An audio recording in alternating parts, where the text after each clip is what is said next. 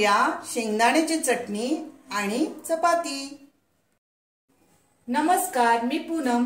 आज आपण शेंगदाण्याची चटणी आणि चपाती बनवणार आहोत। त्यासाठी शेंगदाणे भाजून घेतलेले आहेत आणि मिक्सरला बारीक पूड करून घेतलेली आहे।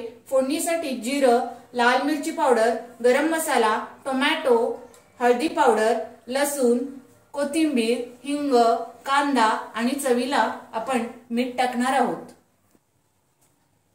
इथे आपण कढईमध्ये एक पळी तेल टाकलेलं आहे। आता आपण फोडणी करूया।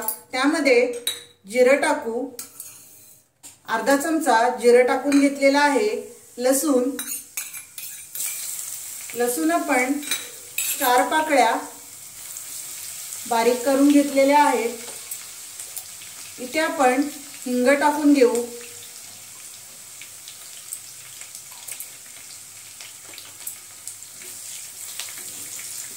2 मिनिटं लसूण परतून घेतलेला आहे। त्यामध्ये एक कांदा आपण बारीक चिरून घेतलेला आहे, तोही त्यामध्ये परतून घेऊया।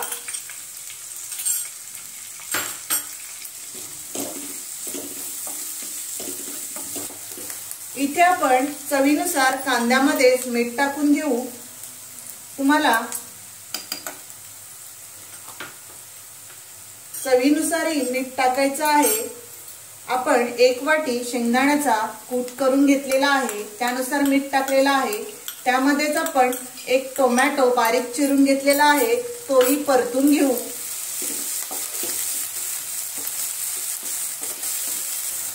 इथे आपण हळदी पावडर टाकून घेऊ।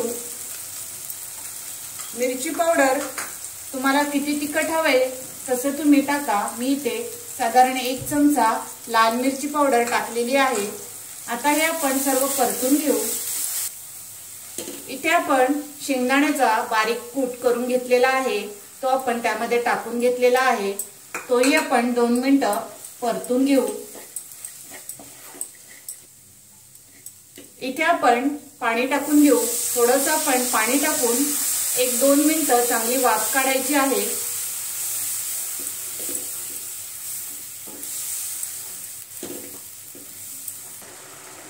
इथे आपण चवीनुसार थोडासा गरम मसाला टाकून घेऊ आणि आपण वरून कोथिंबीर बारीक चिरून टाकून घेऊया।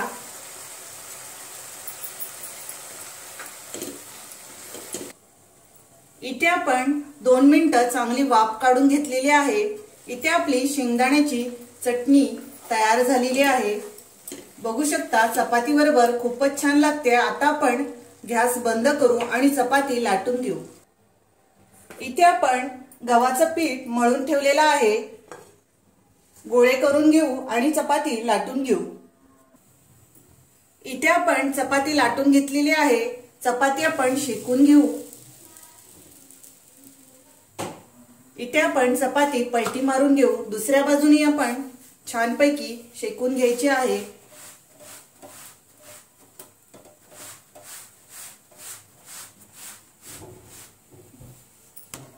इथे आपण तेल लावून दोन्ही बाजूनी भाजून घेतलेले आहे। आता आपण राहिलेल्या चपात्या आहेत त्या आपण अशाच प्रकारे शेकून घेऊया। इथे आपण गरमागरम चपाती आणि शेंगदाण्याची चटणी तयार केलेली आहे। टिफिनलाही तुम्ही अशी ही रेसिपी देऊ शकता बनवून। तुम्ही माझी ही रेसिपी आवडली असेल तर लाईक करा, शेअर करा आणि माझ्या चॅनलला सबस्क्राइब करा। Thank you.